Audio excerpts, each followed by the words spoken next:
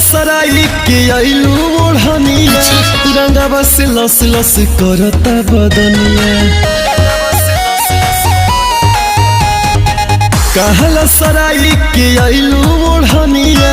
रंगवा से लस लस करता बदनिया कि बोला कवन इनार के तू पियलू पानी सुना फगुआ के महाजा उठैले बनी जादू जी से रंग डलवैले बनी फगुआ के महाजा उठैले बनी जादू जी से रंग डलवैले बनी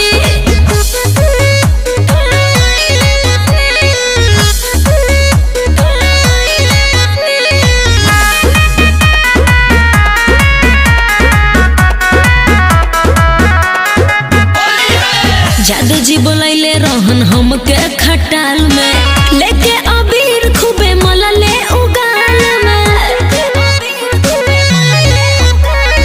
जान गई गोरी तो हर सारा हम रहनिया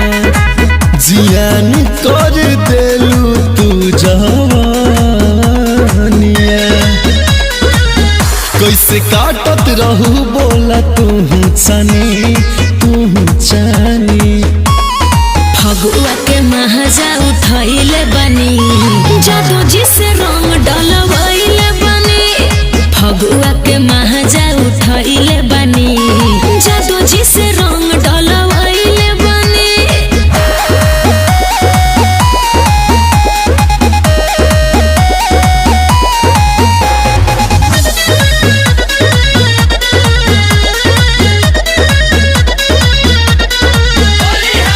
होली में चोली उहे कोइले रंगीन हो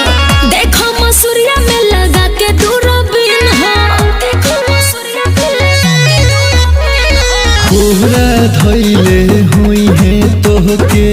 चंदन यासिकाना भीतरी ले उछुअले हुई है खजाना बात सच सच सुन हम